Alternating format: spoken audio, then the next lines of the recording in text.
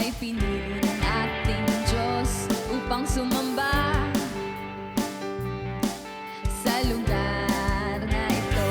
Handa ka na bang sumayaw at magpuri sa Kanya? Purihin natin ating Diyos Ama. Halika at sumamba at magpuri sa Kanya.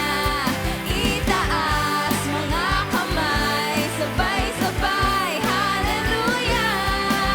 Sama-sama tayong umawit, sama-sama tayong magpuri sa nag-iisang Diyos nating the God of blessing. Ikaw at ako